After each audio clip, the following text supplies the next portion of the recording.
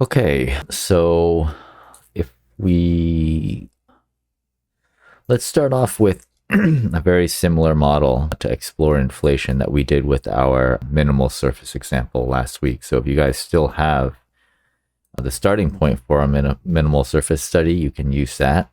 Here, I've just copied that one over to my Rhino workspace. So essentially just a set of boxes that have been, merged together and then hollowed out, right? So to work with, of course, this is still, surface geometry, right? One open surface. So we're going to bring that into our Rhino workspace first, right? So we're going to use that, select all these objects, go to set multiple surfaces, and then we'll hide the originals. Okay, so we brought them into our workspace.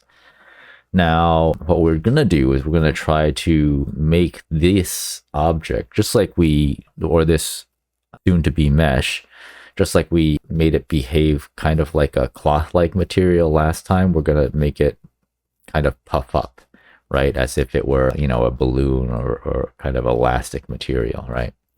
So in some cases, in a way, this is the same as that previous example, because we're going to define this material and its characteristics, right? And then we're going to add a force to it, right? And in this case, we're going to add an internal force, which is the kind of pressure. Okay, so let's get started. So now that I've brought that geometry and that surface into the scene, what I would like to do is then take my Kangaroo 2 component, right, and start laying it out, right? So as usual, I'm going to start with a solver. Again, you can pick the solver that you like best. This is probably if you're running on a computer with fewer resources, though, I recommend sticking with the default solver rather than going with one of the other more kind of fancy solvers. And then from there, work kind of backwards, right? So today, again, we're going to be using various goals, right? And so if we look at what we're going to be working with meshes, and so we're going to be using our springs, mesh springs, but as, multi-directional, right? Just as we did before. This is going to define the material characteristics that we're interested in, right? We also have our mesh goal pressure, right? Since we're talking about inflation, we want to add a pressure component to it. We're going to need, of course, our visual, tell Grasshopper what it is, what part of the geometry it is that we're interested in visualizing, right? And then lastly, we'll still need some anchors, right? We'll need the anchors there, and we can use the anchor point, right? And that'll let Grasshopper know, which things should stay in place, right? Otherwise, your model will just, fly out into space once you activate any of the forces, basically. Okay, and so as usual, you can assume that all of these are going to go into your goal objects, and it's going to be red because we haven't, actually connected anything yet, and I'm going to want to flatten that, right? Pretty much always the case. I don't know why they don't make this just default to have it flattened when you bring it out, but you basically always want these to be calculated together. I don't know, why they wouldn't do it. But okay, and then we have our reset button, right? And then our on and off button, right? So we have our on and off as well as our reset. We'll just fit those in somewhere here.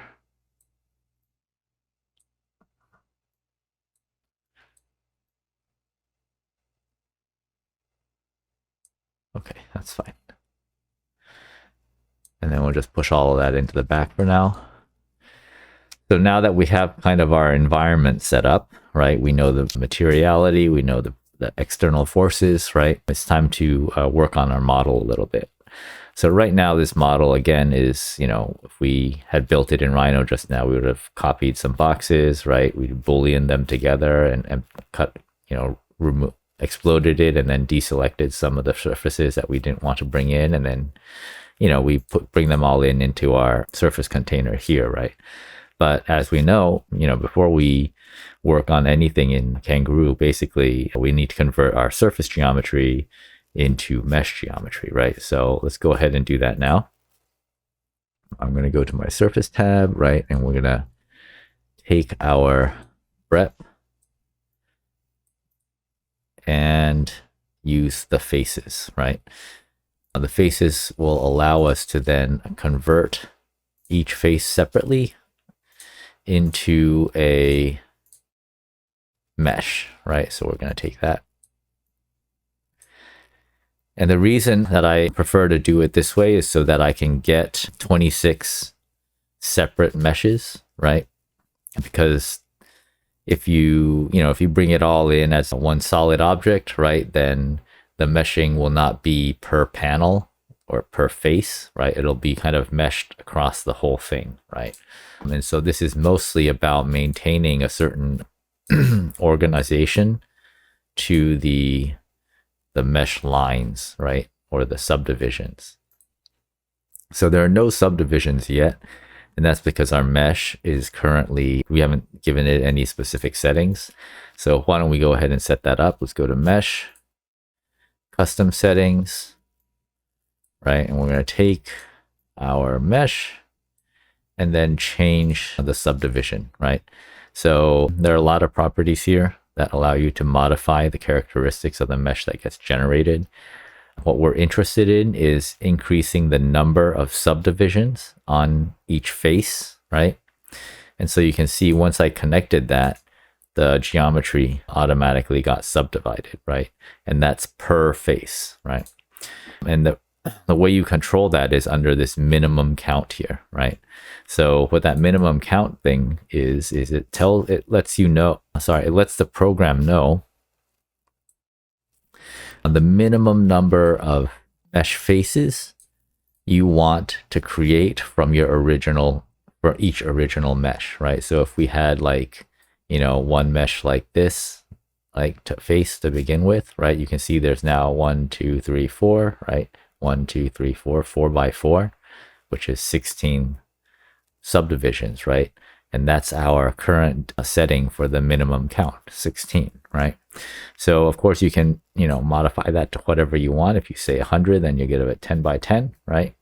And all that does is that, well, it does two things. It's going to improve the resolution of your final result, and it's going to add to the calculation time. So, that's something that just to be aware of so that you can adjust it in case, your computer is having a hard time dealing with your mesh count, right? So I'm going to go ahead and then just hide these for now, right? And so basically we're going to use this mesh because this is what we want to represent, right? This is also the mesh that we want to apply a pressure to, right? These are also the meshes that we want to apply to assign this spring elasticity characteristic, right? And then from this mesh, we need to derive anchor points, right? So the anchor points are the parts of the mesh that you're telling it you don't want to be modified, basically, right? So locked in place, essentially.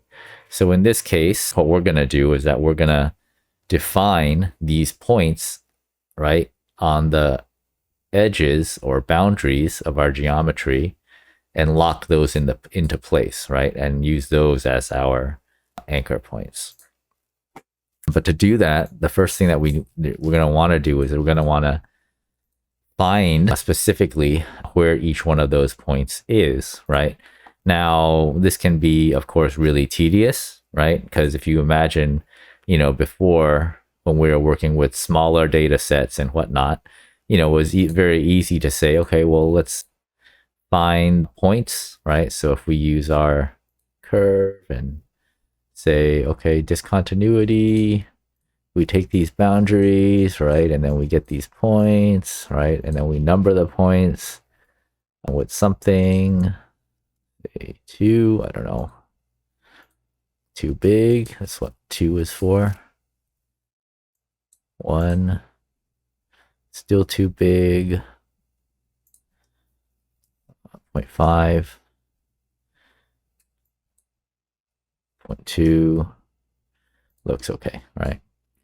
So you can see that if we wanted, of course, we could use like, a point list and a list item to find all the numbers, right, that we want to use to lock in place. And then we can organize our data set, right? Because here there's probably like a 10,400 points, right? And then we can use our list item to organize that points to move all the points that we want into a point set, right?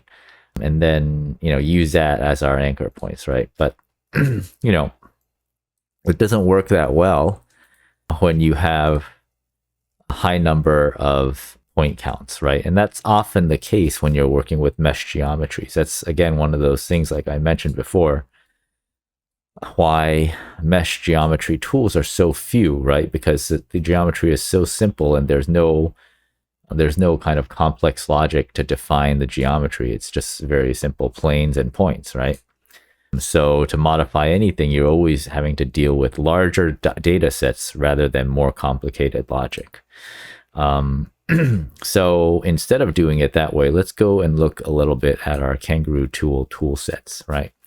So I mentioned before that, everything in Kangaroo is mesh-based, right? And so that means that Kangaroo knows that you have probably fairly limited number of mesh tools in Grasshopper to begin with, right? And that you may need, in fact, more assistance. So it provides you with additional utilities as well as meshing tools here, right?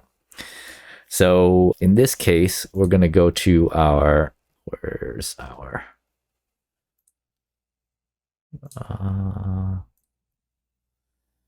mesh tools, and we're going to look for something. Here we go. We're going to look for something called naked vertices.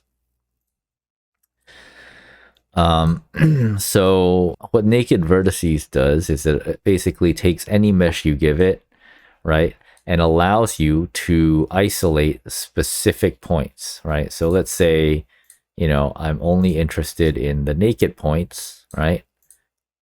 That means I can very quickly and easily find all the points where my geometry wasn't joined together, right? So you remember at the very beginning, we kind of deconstructed and exploded the geometry, right? Before we put them into individual surfaces instead of a solid, right? And we did that because that way Kangaroo understands those as individual mesh faces, right? And so it knows that those edges, right, are not merged together into a single item, right? And so because of that, now we can very easily find, right, that kind of initial subdivision, right, where those things weren't merged together. Opposite, if we said, give me only all the closed points, right, then you would get all the points inside, right, that are associated with other points, but then on the edges, you wouldn't get those selected, right? So this is really just an easy way to select the geometry that you're interested in, right? By, grouping them into different types of, in this case, points, right? So what we can do from there is we can use our naked points as our anchor points, right? But our naked points have another problem, right? Since our naked points are generated, right, from 2 or more panels, right? That means that every time you get to an edge, right, that has that are touching but not actually merged together, you will in fact have 2 sets of points at that location, right? One that belongs to this face and then one that belongs to the face behind. And so to address that, we need to first get rid of all the multiple or duplicate points, right? And again, this is something that you can find a component that lets you do that in Kangaroo 2 under your utility tab called remove duplicate points, right?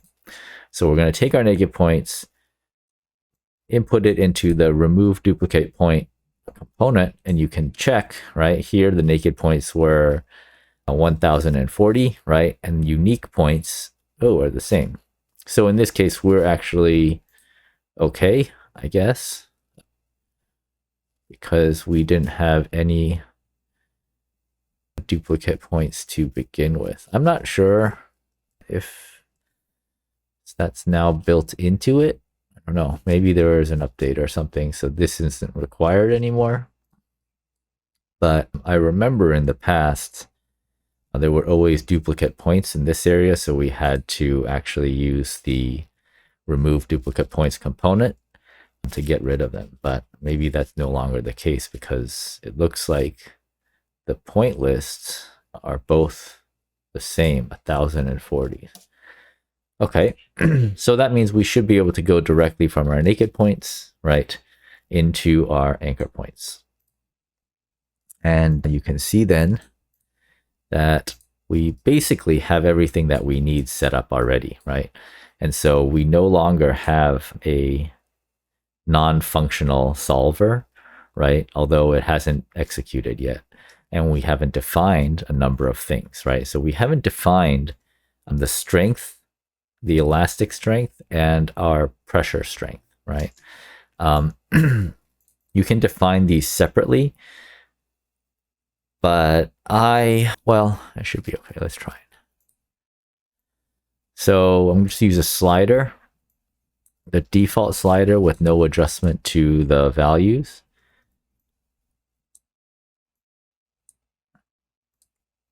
For the strength, the length factor, I'm going to use, let's say, a little bit larger range up till 10, right? And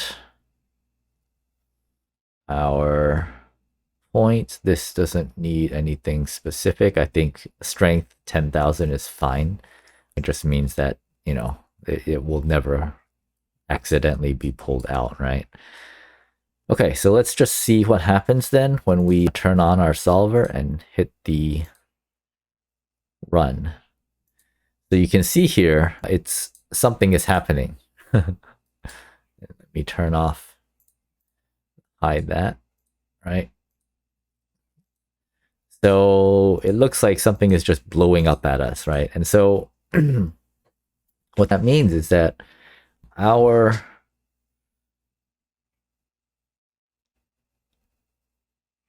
anchor points are not holding, and I wonder if it's because of this. That's what I found before, but let's see. Or this length factor is too high. So let's adjust that a little bit. There we go. Okay, sorry. So really let me undo this and step back a little bit. So this length factor is probably too high, so it was just blowing way past, I guess, where my camera was set up. Was it this one? It's still doing it. Let me just change this one then to a regular slider as well. Though I feel like that shouldn't be the case, but okay. So the length factor, ideally what it does is that it calculates the amount of change in the length of each segment, right? On that inflation, right? So the larger the length factor, right, means that the larger these things can be inflated. And as I approached 1, it seems like it just blows out, right? So let's keep this under, keep this a little bit low, start with, and work from there. So you can see now that I'm able to simulate this kind of bubbling effect or inflation effect, right? And there's also these seams, right, that aren't moving at all, right, on the edges, right? Those are locked in place because those are we assign those as our anchor points, basically, right? And then the strength factor here is really a ratio between the forces that are exerted on each other, right? So one is the spring force and one is the pressure force, right? So the spring force, if you increase the spring force, you would expect that, the pressure that's required, right, to blow it out is higher, right? Similarly, if you increase the pressure, right, the springs will give more, right? And so these two are kind of balancing each other out a little bit in your simulation, and allows you that ability to kind of adjust them. I typically, because I only care about the final form, so a lot of times I'll just link these together, right? So that you can see now that they're always the same, the strength of each one, right, doesn't necessarily have any impact on them. But what then becomes a controlling factor is the length, right? So you just control the length, right, that you want, and that will allow you to control the shape that you're looking for. Of course, if you're trying to use these as a kind of simulation tool beyond just kind of a visual simulation, then, those strengths may be important to you. But, everyone, depending on how you want to use it, I guess will, value different components, right? So that's basically how we simulate things like balloons and inflatable structures, right? So an example of that, we didn't look at an example, but you could think about that, an example for that one to be something like the water cube, right? Something like this, right? You've seen or you probably remember the water cube project from the Beijing Olympics, right? And so it's, they're using basically a Voronoi, right, diagram, convert that into a mesh, add some inflation on it to create this kind of bubble shape, right? And that can simulate what the final geometry of your building would look like, right? And again, if your computer is running slow and you don't need all that fine detail, you can, of course, run this at a much lower resolution setting, right? And you can see it still works just fine. The only difference is that, the geometry that you have here is, more faceted, right? Okay, so that's inflation simulation in Kangaroo 2. And why don't you guys give that a try on your own and see how it goes.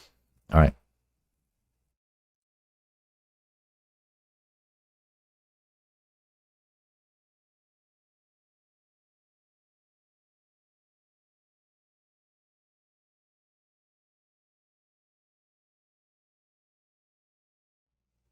Okay, now let's see. So for our next example, we're going to be looking at a tensegrity structure, right? So for those of you, maybe we should do this first. Tensegrity. So for those of you who are not familiar with tensegrity, it's a kind of physics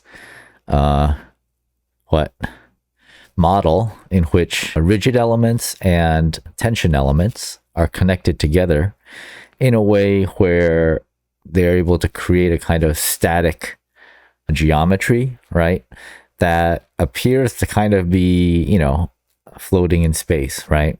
And the reason for that is because of the forces within the structure itself, right? So some rigid elements and those tension elements, they're kind of the tension pulling together, and the rigid elements are preventing them from collapsing, right?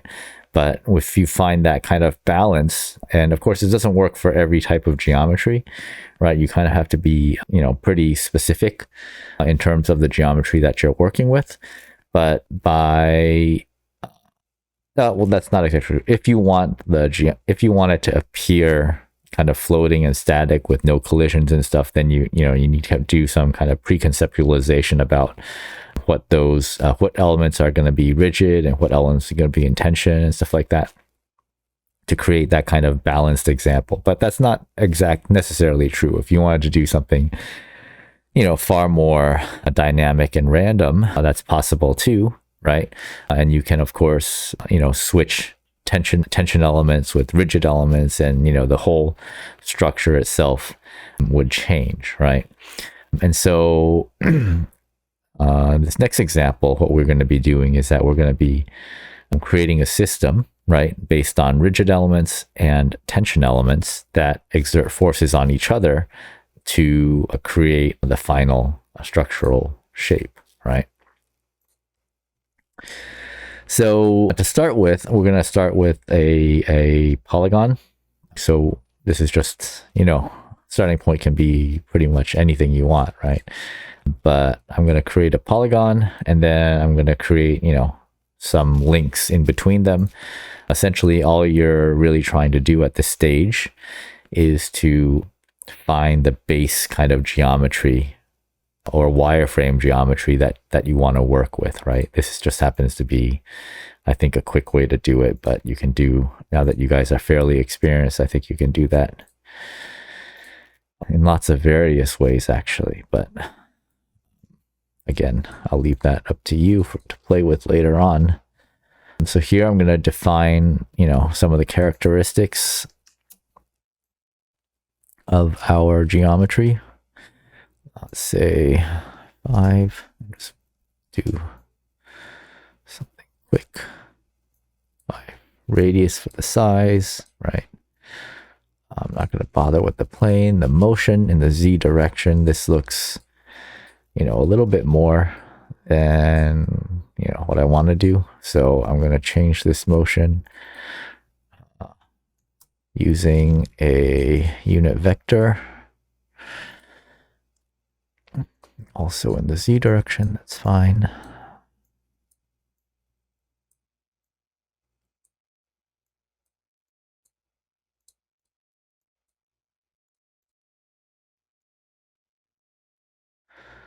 Oh, why not? Maybe it's higher. Okay, so I have, 2 pentagons in this case, one on top of each other. And then I'm just going to draw some lines to connect them, right? Top to bottom, and then do some triangulation as well. However, let's go ahead and set up our environment first, just like we did in our first example, so that we can start to get more clarity about what has to fill in the middle, right? So let's go to our solver again here, and then we will use a couple of springs because we're working with line geometry in this case. So I believe it's line length spring, yes. And 2 types, because we want one with almost no spring force, and we want one with quite a lot of spring force, right? And then we also, again, we will need our, oops.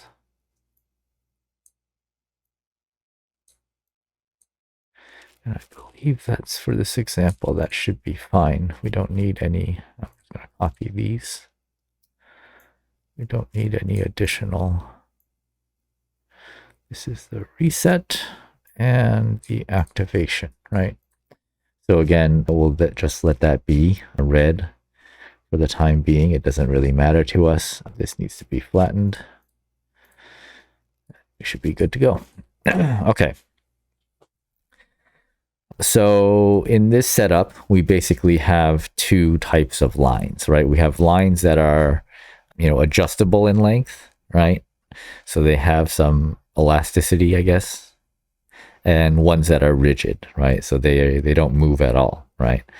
And so we need to kind of finish building this model, this line model, while at the same time thinking about which elements belong where, right? So let's go ahead and redraw this geometry using line segments, basically. So I'm going to take the 2 pieces of geometry we have already, the original polygon, the moved polygon, and I'm going to derive some control points from them. So we go to a curve, look for our control points. Use that. Use this one, right? So we have now points at each, and we'll probably need more space.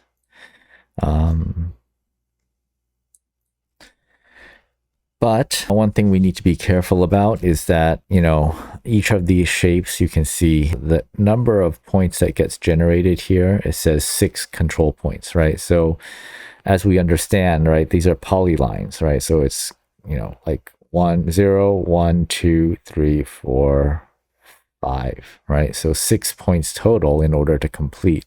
But that means somewhere here, right, one of these is duplicated, right? So again, we need to remember to go back and remove duplicates on those points, right? This is something that happens quite a lot. So a lot of times if you're having problems with point stuff, or edge stuff actually too, if you're working with mesh edges, just always be aware that you may have multiples somewhere in your definition that's kind of messing you up, right? So now you can see we had 6 that were defined from the polyline, but now we're down to 5 unique points because it understood that one of them was a duplicate on top of each other, right? So the next step would be to get line segments, right? So I'm going to get line segments from the geometry that we already have. And to do that, I'm going to use the utility and I'm going to use explode, right? So I'm going to take that polygon on top, use the explode. I'm going to do the same for this one here, right? So now I have 5 segments here and 5 segments there.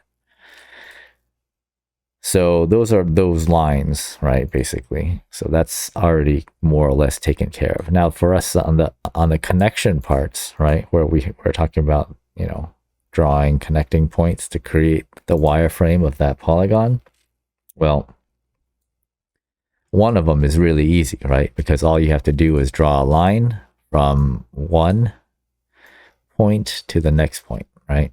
And automatically, you get this. The next one, if we wanted to do something that was like a diagonal, right?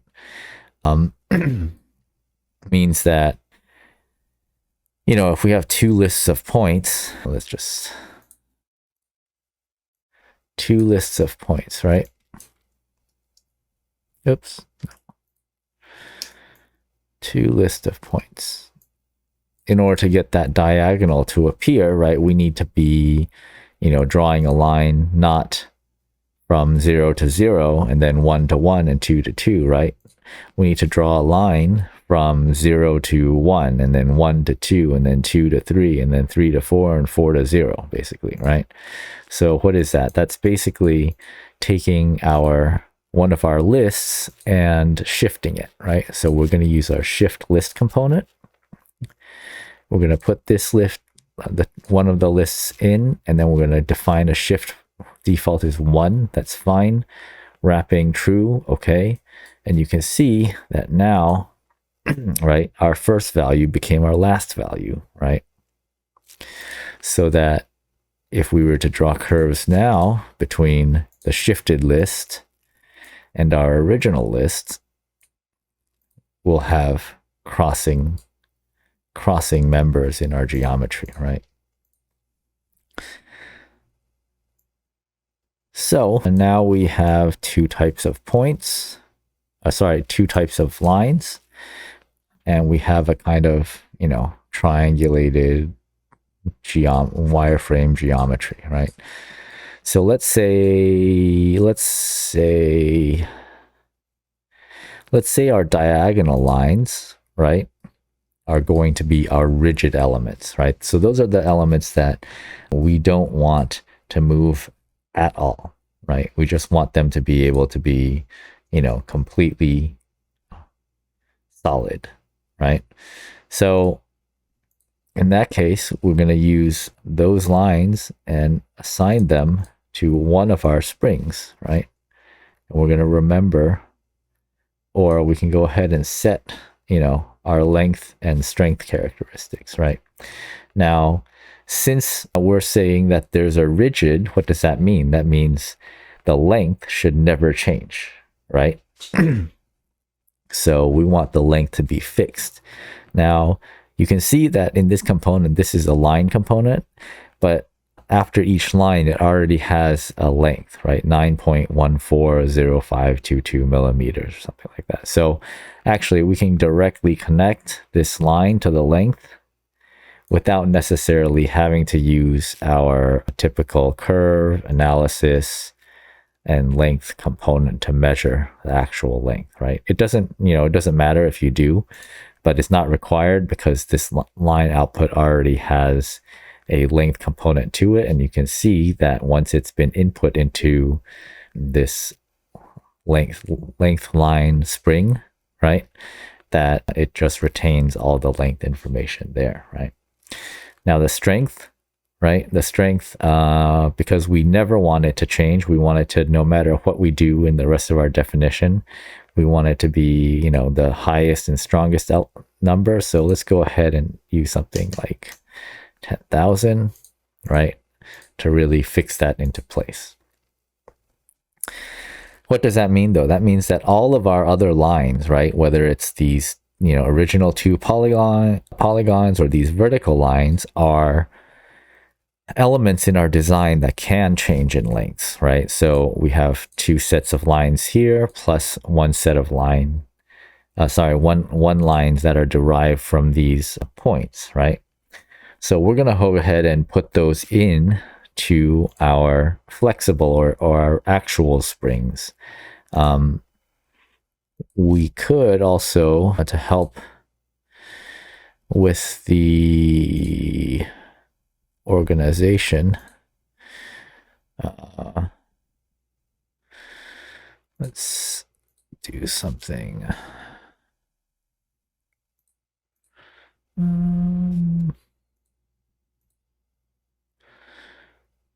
Let's use the merge component to combine all of these into a single list, right? Because right now we have them as kind of 3 separate things. And you can see that by merging them all together, essentially we've just created a new list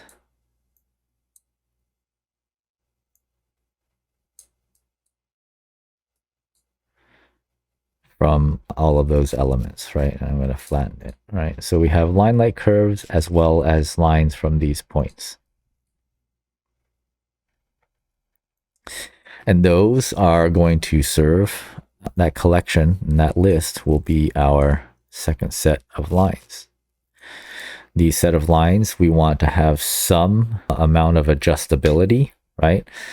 So currently, they're not all the same length, right? You can see here some of them are 7 and then the other ones are just not measured at all. And those will vary depending on, how we set this up at the beginning of the definition, right?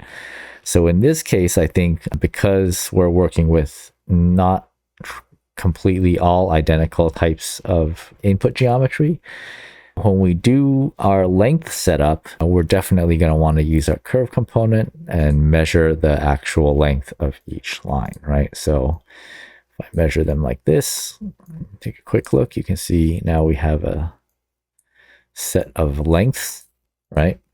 And to be able to modify the length, we're going to use a mathematical function. Let's do a multiply by a slider, right? Number slider. And that'll allow us to control our desired length, right? And the strength, I don't know, maybe does it need to be balanced with our other spring? I'm not sure. So let's just wait and see what happens before we, move on. I'm going to start this out at 1 though, so it, it retains the full length for the time being, right? Okay. So all we're missing now is our geometry. So the geometry that we want to represent is, again, all of these lines, right? And we don't have a container for it. So let's go ahead and use, again, our merge component. And we're going to use this set of lines, this set of lines, this set of lines, and this set of lines. And that can be our overall, oops, I wanted to flatten that instead, overall geometry, right?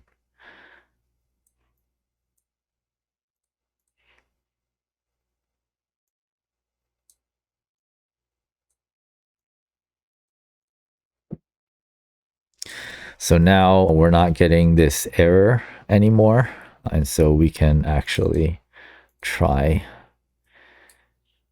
our example, right? So it's actually running now. Let's try what happens if we start to allow some amount of elasticity. Oh, wait, let me hide stuff so that it's not.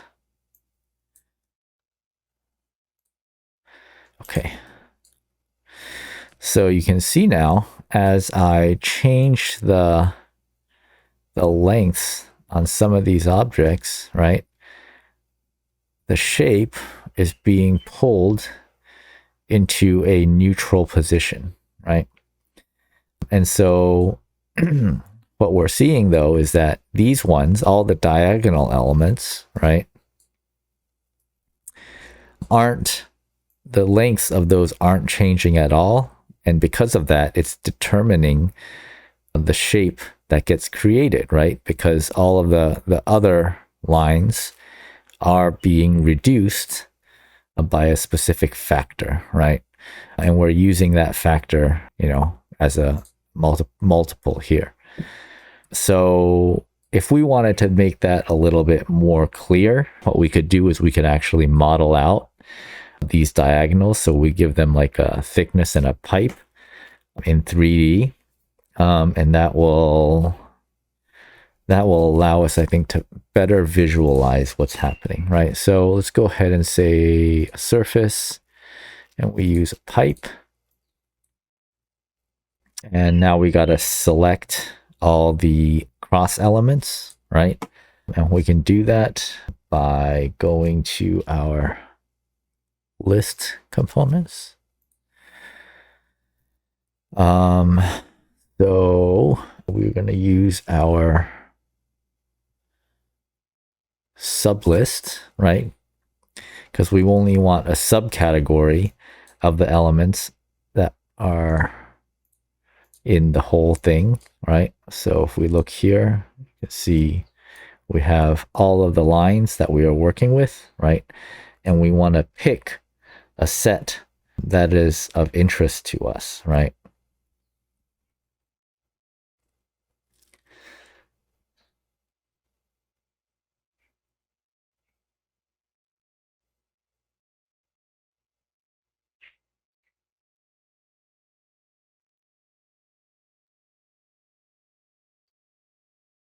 How many items do we have here? 39.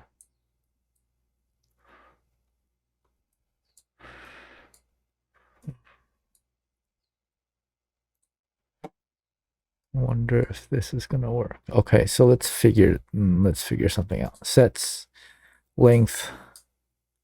Let's get this list here.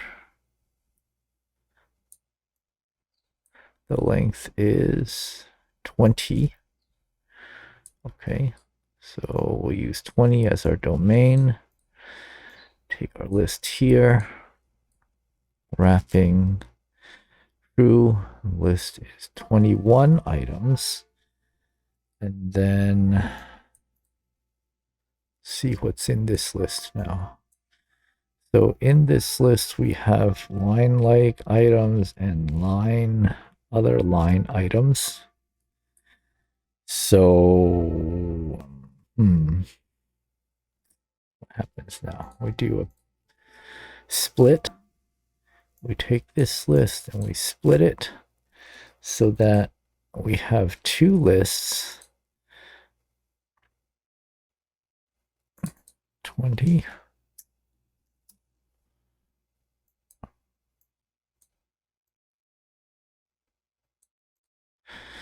And we have list B and list A. So we say list B, we want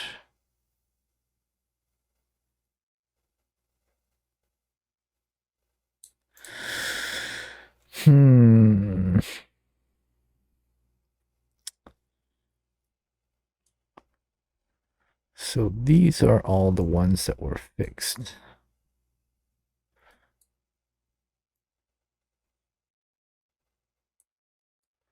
Which are the 9.14s. Okay.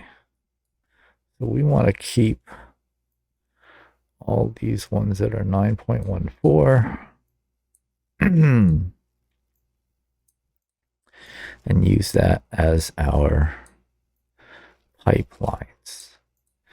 Then delete this. Okay, let's give that a radius. What is it? It's like 1 by default. So slider caps round. Why not? Okay, so let's say that's our, oh, how come we have one, it's like one extra curve in our list? Because we do have one extra curve in our list. So how do I get rid of that one? I don't want that one in there. So let's just use another split list. I guess that's the easiest way.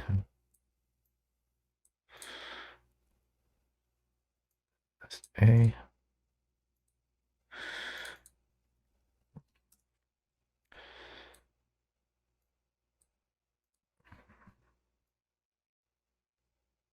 There.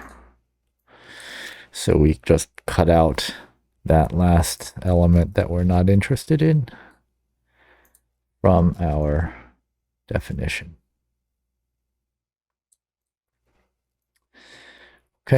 Okay, so that's how what we can do to help visualize what's happening. So if we do that, if we go back and we start adjusting our spring lengths, right, you should be able to see that those elements that are, rigid don't change in length at all, right? Whereas all the other lengths, right, are variable based on whatever factor it is that we're using here, right? And because, we picked a stable kind of geometry to start with, right, the result that we get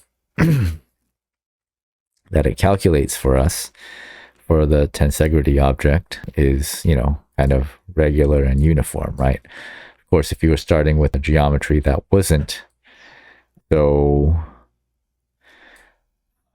regular, I guess, then you might get something, more interesting, right?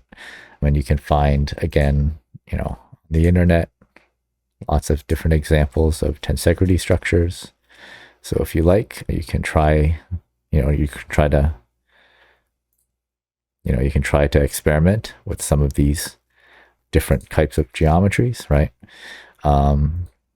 This is very similar to what we just did, except it's six-sided, and see how that goes for you, right? But it's a fun way to kind of experiment with different types of, structural tensegrity structure concepts, right? Okay, so try that, and we'll move on to our final example for the day.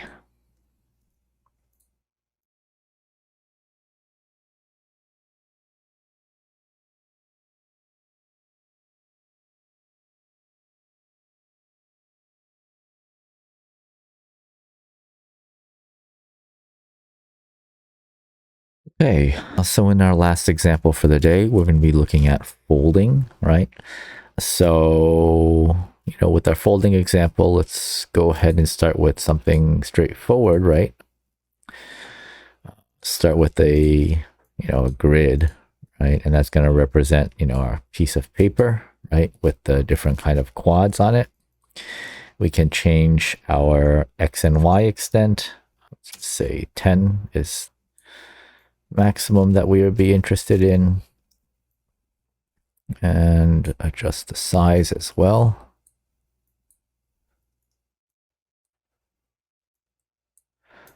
And so that's the grid that we'll be working with, right? Our paper. So from there, if we go to Kangaroo 2, we're going to use again our default solver, right? And we can pick our button and our activation button. And what else? So in a folding example, what we're basically doing is we're going to be working with hinges, right? So a hinge basically represents the line at which that fold is actually going to occur, right? And so you can see here there's a fold start, fold end, tip 1 and tip 2, right? So it kind of assumes that there will be, the mesh would be 2 triangles or 1 quad, right? And then you're going to define which direction the fold occurs, whether it's from this corner to this corner or this corner to this corner, etc., right? So in our example, we're going to have 2 hinges, right? Well, 2 sets of hinges, one that goes in one direction and another that goes in the opposite direction, right? And so that's how we're going to set up there. And then we're also going to need the mesh, spring mesh. Oops. Spring mesh again for the overall geometry, right? As well as a goal, right? So what are we going to show, basically? So again, I'll flatten this and then connect all the respective components that's going to be evaluated together.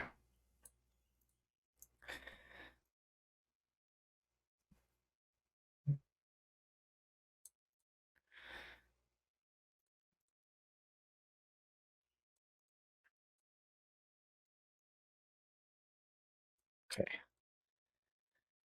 And then that should be everything we need. Let's just go and set up the geometry now, right? So we started with this mesh, with this grid, and we're going to convert these cells into surfaces, right? So we can just go ahead and use our boundary to take those edges, convert it into a surface, right? Pretty straightforward.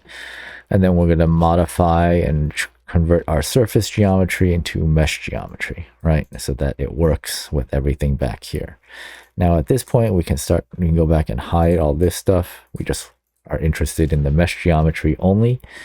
And we're going to use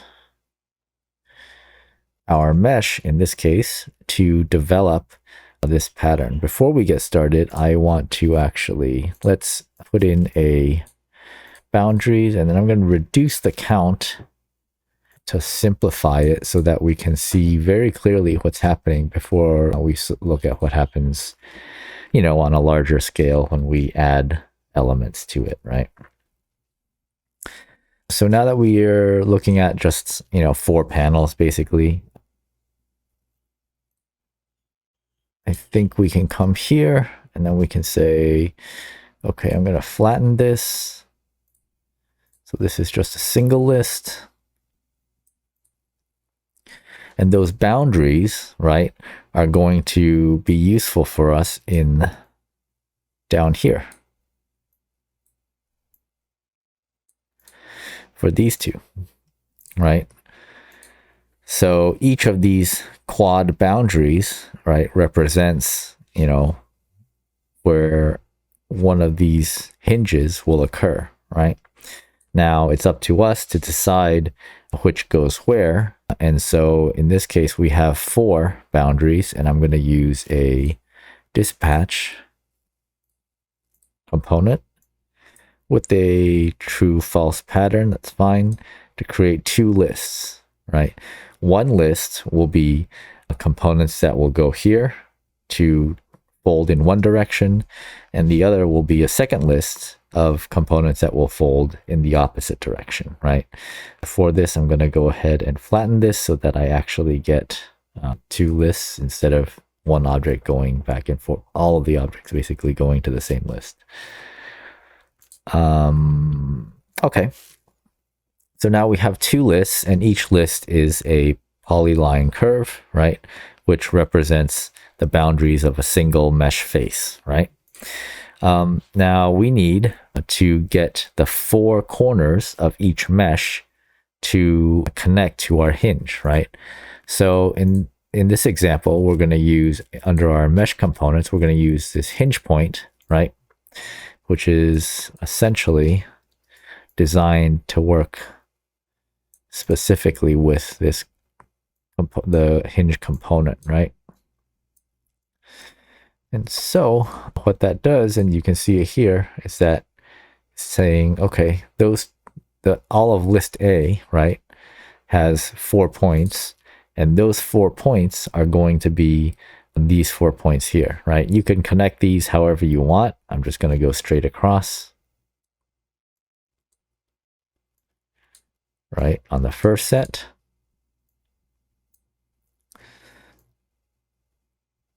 And on the following set, I'll do the same, except I'm going to change the rest angles, right?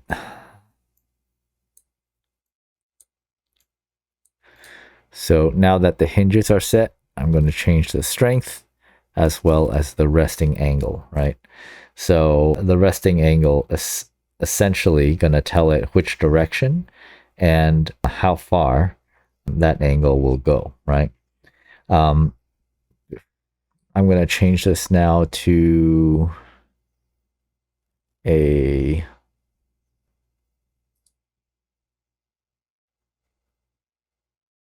interesting. Okay, so it doesn't have it, which means I will need to do it out here somewhere. I need to change our degree into radians, right? A lot of components have the ability to allow you to change your degree or radian to whatever you're happy using it. And if not, you can go to your, the math tab and find the conversion component, right? Which will do that for you. Now, the only difference between these two is because, one is going to be inverted value compared to the other, right? So I can also go here and say, okay, this is opposite of the last one. And then we can use, a slider for each to define the angle of rotation. You know what? I'm not going to do 360. I'm just going to do 90.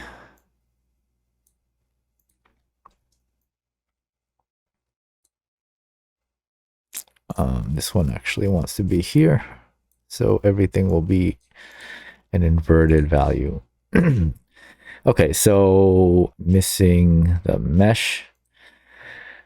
Okay, so this one, we need to assign the mesh to here. But before we do that, because this is a mesh that was generated, from a different type of geometry, typically the best practice would tell you to go and use our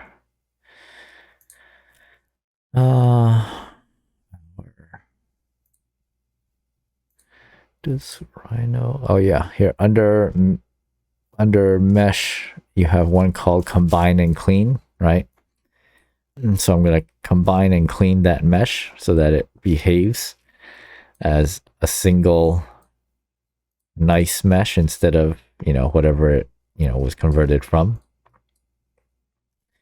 You have the length, again, a length factor and the strength here. And really, again, what this is going to be used for is to guarantee that there's no adjustability in that value, right? So I'm going to put that strength very high, and the length will be the default length of each current edge, right? Now, the geometry that I want to visualize is that same mesh, right? So we'll just leave that the way it is. And I think if I hide this now so we can see how it behaves.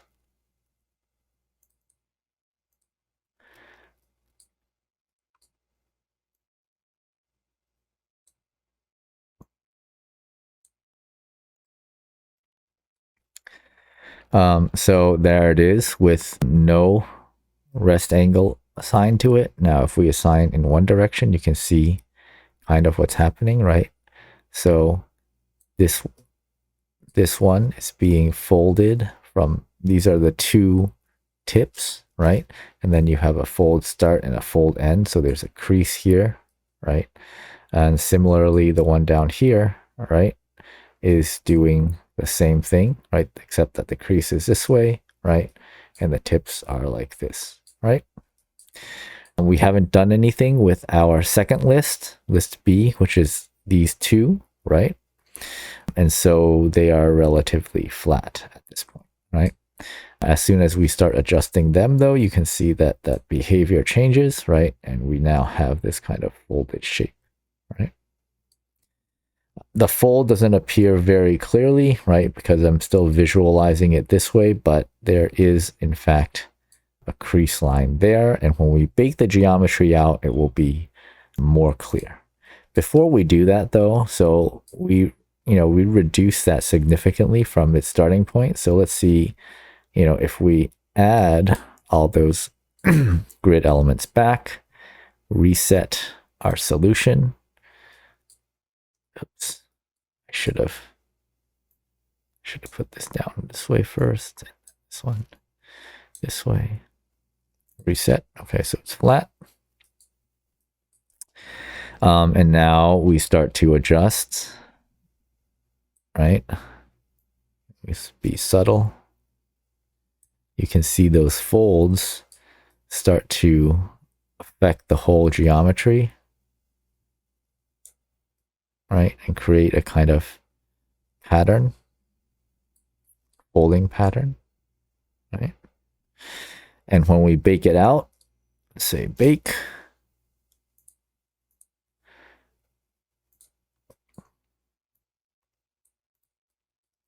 then that geometry actually becomes much more clear,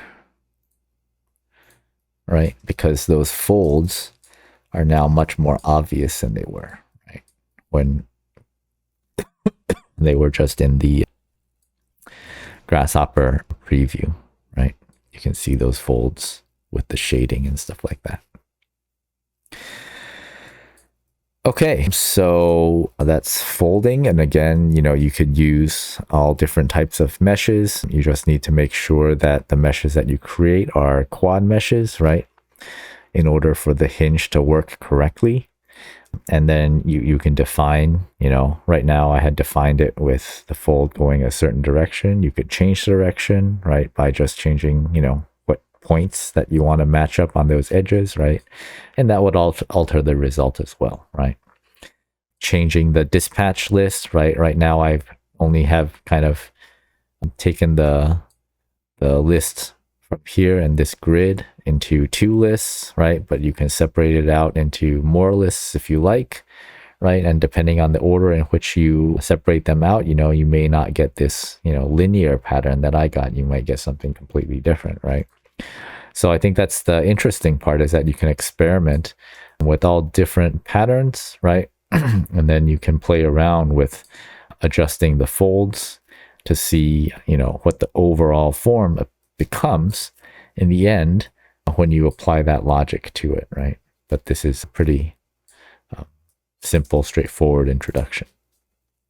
Okay, so I think that's probably, enough to get started with, right?